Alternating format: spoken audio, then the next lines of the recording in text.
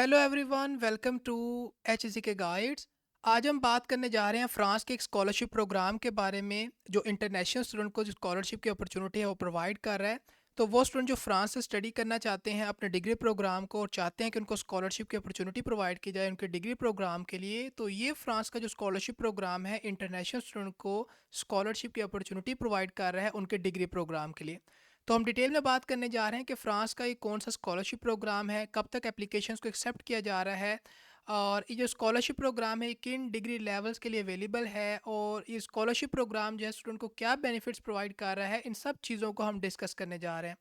तो सबसे पहले बात कर लेते हैं कि फ़्रांस का ये कौन सा स्कॉलरशिप प्रोग्राम है। तो फ़्रांस के जिस स्कॉलरशिप प्रोग्राम को हम डिस्कस करने जा रहे हैं that is France excellence Eiffel scholarship programme. आपने क्या करना है कि सिंपली सर्च करना है France excellence Eiffel scholarship programme and after searching this आपने क्या करना है कि सिंपली जो है इस एड्रेस को फॉलो करना है, यानी जो कैंपस फ्रांस है इस एड्रेस को आपने फॉलो करना है। And this is the place के जहाँ पर आपको स्कॉलरशिप की जो इन्फॉर्मेशन है वो मिल जाएगी। और जो इंपॉर्टेंट चीज़ है वो ये कि जो एप्लीकेशंस हैं वो अनाउंस है और एप्लीकेशंस को एक्सेप्ट किया जा रहा है। पर्पज़ इस स्कॉलरशिप प्रोग्राम का ये है कि जो इंटरनेशनल स्टूडेंट्स हैं उनको स्कॉलरशिप की अपॉर्चुनिटी प्रोवाइड करना है, ऐसे इंटरनेशनल स्टूडेंट जो अपना मास्टर्स एंड पीएचडी प्रोग्राम जो है स्टडी करना चाहते हैं। यानी जो स्कॉलरशिप है वो मास्टर लेवल और जो पीएचडी लेवल प्रोग्राम के स्टूडेंट हैं उनके लिए अवेलेबल है जो फ्रांस से स्टडी करना चाहते हैं। और जो स्टूडेंट हैं जो एप्लीकेंट हैं वो अप टू 25 ईयर्स ओल्ड होने चाहिए फ्रॉम डेवलपिंग कंट्रीज़ अगर वो मास्टर लेवल प्रोग्राम के लिए अप्लाई करने जा रहे हैं। और जो स्टूडेंट हैं जो एप्लीकेंट हैं वो अप टू 30 ईयर्स ओल्ड होने चाहिए from developing and industrialised countries अगर वो पीएचडी लेवल प्रोग्राम के लिए अप्लाई करने जा रहे हैं। यहाँ पर कुछ इंपॉर्टेंट टाइम फ्रेम को मेंशन किया गया है। एप्लीकेशन जो है वो सितंबर 18 2023 से लेकर ऑनवर्ड जो है इनको एक्सेप्ट किया जा रहा है। और this is the application deadline that is जनवरी 10 2024, जब तक आपकी एप्लीकेशन जो है आप जो है सबमिट कर सकते हैं। और वो स्टूडेंट जो अप्लाई करेंगे उनको जो स्कॉलरशिप का रिज़ल्ट है रिगार्डिंग कि वो स्कॉलरशिप में सिलेक्ट हुए हैं या नहीं, जो स्कॉलरशिप का अनाउंसमेंट होगी रिज़ल्ट की वो वीक ऑफ 1 अप्रैल 2024 में होगी। So this is the time frame कि जब स्कॉलरशिप का रिज़ल्ट अनाउंस किया जाएगा। यहाँ पर कुछ इंपॉर्टेंट रूल्स हैं, कुछ इंस्ट्रक्शंस हैं रिगार्डिंग द स्कॉलरशिप जिनको आपने रीड करना है और उनके बारे में अभी हम डिस्कस भी करेंगे। लेकिन यहाँ पर एक इंपॉर्टेंट चीज़ है वो ये कि जब यहाँ पर आपने आना तो यहाँ पर आपने कंफ्यूज नहीं होना, क्योंकि आप स्टूडेंट हैं और स्कॉलरशिप प्रोग्राम में अप्लाई करना चाहते हैं। तो आप क्योंकि स्टूडेंट हैं और स्कॉलरशिप प्रोग्राम में अप्लाई करना चाहते हैं तो आप इस ऑप्शन को चूज़ करेंगे। आपने इस ऑप्शन को चूज़ करना और सिंपली आपने जो है यहाँ पर क्लिक करना है। और यहाँ पर जैसे आप जाएंगे तो यहाँ पर फर्दर आप इस स्कॉलरशिप की डिटेल को चेक कर सकते हैं। अगेन जो स्कॉलरशिप प्रोग्राम है वो इंटरनेशनल स्टूडेंट्स के लिए, मास्टर एंड पीएचडी जो प्रोग्राम के स्टूडेंट हैं वो अप्लाई कर सकते हैं। लेकिन यहाँ पर कुछ इंपॉर्टेंट चीज़ें वो ये कि सबसे पहले हमारे पास इस स्कॉलरशिप प्रोग्राम के अंदर टू जो है डिसिप्लिनरी फील्ड्स हैं। यानी फॉर साइंस एंड टेक्नोलॉजी की एक फ़ील्ड है और इस तरह for humanities and social sciences की एक फ़ील्ड है। और इन टू फील्ड डिसिप्लिनरी फील्ड्स के अंदर हमारे पास टोटल जो है 7 जो एरिया ऑफ स्टडीज़ अवेलेबल हैं।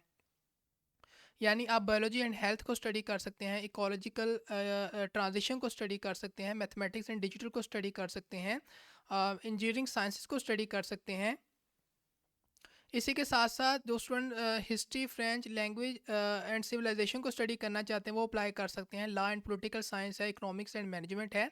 तो इन स्टडी एरियाज़ को आप चूज़ कर सकते हैं इन इन दो में से किसी एक फील्ड के अंदर। यानी टोटल ये 7 हमारे पास स्टडी एरियाज़ अवेलेबल हैं स्कॉलरशिप प्रोग्राम की।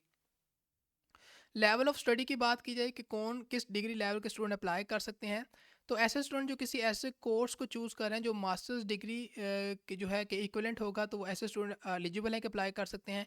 इंजीनियरिंग प्रोग्राम के लिए स्टूडेंट अप्लाई कर सकते हैं और जो जॉइंट डॉक्टोरल प्रोग्राम है उसके लिए स्टूडेंट अप्लाई कर सकते हैं। ड्यूरेशन की बात की जाए तो जो मैक्सिमम ड्यूरेशन होगा फॉर मास्टर 2 प्रोग्राम के लिए वो 12 मंथ्स का होगा। और जो मास्टर 1 प्रोग्राम होगा उसका जो ड्यूरेशन होगा वो मैक्सिमम 24 मंथ्स जो है होगा। और इसी के साथ साथ वो स्टूडेंट जो इंजीनियरिंग डिग्री को स्टडी करना चाहते हैं उनका जो ड्यूरेशन होगा स्कॉलरशिप का वो मैक्सिमम ऑफ 36 मंथ्स होगा।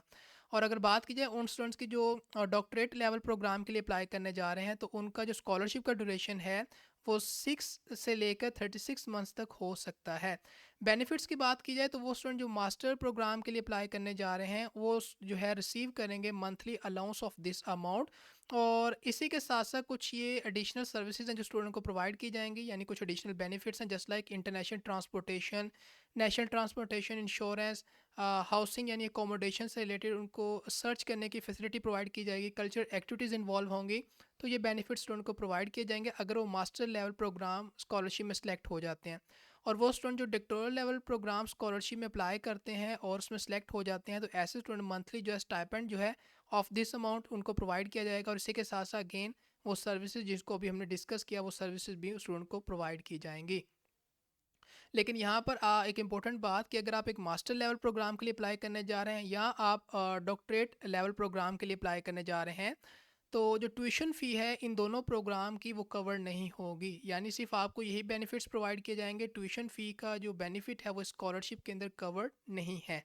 अब बात करते हैं कि आपने अप्लाई किस तरह से करना है। तो सिंपल से स्टेप्स हैं जिसके थ्रू आपने अप्लाई करना है। और यहाँ पर एक इम्पॉर्टेंट बात वो ये कि एक जो पर्पस होता है, गोल होता है, वो ये कि आपसे जो अपॉर्चुनिटीज़ हैं उनकी इन्फॉर्मेशंस को शेयर किया जाए ताकि वो स्टूडेंट जो किसी अपॉर्चुनिटी को सर्च कर रहे हैं वो उस अपॉर्चुनिटी को फर्दर एक्सप्लोर कर सकें। तो ये एक अल्टीमेट गोल होता है रिगार्डिंग कि आपसे इन्फॉर्मेशन को शेयर किया जाए। तो मेक श्योर क्या करें, अपने बिहाफ पर चीज़ों को एक्सप्लोर किया करें और फर्दर जो है उनको अंडरस्टैंड किया करें ताकि एक बेटर वे में आप एक किसी अपॉर्चुनिटी के लिए अप्लाई कर सकें। तो यहाँ पर दो स्टेप्स हैं जिसके थ्रू अप्लाई कर सकते हैं। पहला स्टेप ये है कि आप जो कैंपस फ्रांस है अपने कंट्री के मुताबिक आप वहाँ से जो है इंफॉर्मेशन को गेट कर सकते हैं रिगार्डिंग योर स्टडी प्लान। और इसी के साथ साथ अगर आप प्रोसीजर जानना चाहते हैं एप्लीकेशन का, एप्लीकेशन की सबमिशन के बारे में जानना चाहते हैं, तो आप जिस फ्रांस के इंस्टीट्यूशन में अप्लाई करने जा रहे हैं डिग्री प्रोग्राम के लिए, आप उनका जो इंटरनेशनल रिलेशन का डिपार्टमेंट है वहाँ से आप इस इंफॉर्मेशन को गेट कर सकते हैं। और आप किसी भी फ्रांस की यूनिवर्सिटी या स्कूल को चूज़ कर सकते हैं जो आपके प्रोग्राम के लिए आपको लगता है कि एक बेस्ट ऑप्शन होगा, आप उसे चूज़ कर सकते हैं। और फ्रांस के जो भी हायर एजुकेशन के इंस्टीट्यूशंस हैं यानी जो उनकी यूनिवर्सिटीज़ हैं वो एप्लीकेशन को सबमिट कर सकती हैं। अब जो सेकंड स्टेप ये होगा वो ये कि जब आप एडमिशन के लिए अप्लाई कर देंगे इंस्टीट्यूशन के अंदर, तो जो आपका इंस्टीट्यूशन है वो आपके एप्लीकेशन को एक्सेप्ट करेगा और आपके एप्लीकेशन को फर्दर जो है रिकमेंड करेगा for the France excellence Eiffel scholarship programme. और देन जो इंस्टीट्यूशन है वो आपके एप्लीकेशन को सबमिट करेगा ऑनलाइन कैंपस फ्रांस को। तो इस तरह से आपका एप्लीकेशन प्रोसेस जो है कैरी आउट किया जाता है। और ऐसी एप्लीकेशन जो डायरेक्टली सबमिट की जाएंगी, ऐसी एप्लीकेशन को कंसीडर नहीं किया जाएगा। तो डायरेक्टली आपने कोई भी एप्लीकेशन सबमिट नहीं करनी, इन स्टेप्स को फॉलो करते हुए आपने अपनी एप्लीकेशन को सबमिट करना है। और यहाँ पर कुछ इंपॉर्टेंट चीज़ें, जस्ट लाइक हमने यहाँ पर कहा था कि कुछ इंपॉर्टेंट चीज़ें हैं जिनको आपने फॉलो करना है, तो अगर आप इस ऑप्शन को चूज़ करें तो यहाँ पर आप इस इन्फॉर्मेशन को चेक कर सकते हैं। तो इस स्कॉलरशिप की जो डिटेल हम डिस्कस करके आ चुके हैं वो डिटेल भी सारी यहाँ पर मेंशन है, लेकिन यहाँ पर हम जो चीज़ डिस्कस करेंगे वो ये है कि आपने जब अप्लाई करना है तो अप्लाई का फर्दर प्रोसेस यहाँ पर मेंशन किया गया है। यानी होगा कुछ इस तरह से कि सबसे पहले आप जो है किसी जो फ्रांस का इंस्टीट्यूशन है, जो यूनिवर्सिटी है, उससे इंफॉर्मेशन को गेट करेंगे और उन उस इंस्टीट्यूशन के अंदर आप जो है एडमिशन के लिए अप्लाई करेंगे। तो जब आप एडमिशन के लिए अप्लाई करेंगे तो आप जो है उस इंस्टीट्यूशन को ये भी बताएंगे कि आपको जो है आईफल स्कॉलरशिप प्रोग्राम के लिए कंसीडर किया जाए, यानी आपकी वैल्यूएशन की जाए। तो देन आपको जो है स्टेप टू के अंदर जो इंस्टीट्यूशन है वो आपके एप्लीकेशन को एक्सेप्ट करेगा और आपकी जो एप्लीकेशन है उसको रिकमेंड करेगा आईफल स्कॉलरशिप के लिए भी। और जो इंस्टीट्यूशन है आपका वो आपके एप्लीकेशन को ऑनलाइन सबमिट करेगा यूजिंग द कैंपस फ्रांस। तो इस तरह से आप इन स्टेप्स को फर्दर भी यहाँ से रीड कर सकते हैं। और इसी के साथ साथ एक इम्पॉर्टेंट चीज़ वो ये कि अब आपके माइंड में क्वेश्चन होगा कि कुछ स्पेसिफिक डॉक्यूमेंट्स भी हैं जिनको हमने सबमिट करना है। तो अगर आप यहाँ पर लास्ट पर बिल्कुल आएँ तो यहाँ पर कुछ चीज़ें मेंशन की गई हैं रिगार्डिंग द डॉक्यूमेंट्स जो कि कैंपस फ्रांस को सबमिट किए जाएंगे। तो यहाँ पर कुछ इन्फॉर्मेशन को आपने सबमिट करना है जिसमें आप अपने जो एकेडमिक सर्टिफिकेट है आपका, आप उसको सबमिट करेंगे एनरोलमेंट का। आपका जो सर्टिफिकेट है regarding the enrolment in the national health insurance, आप उसको सबमिट करेंगे। कुछ इन्फॉर्मेशन है जिसको आप सबमिट करेंगे।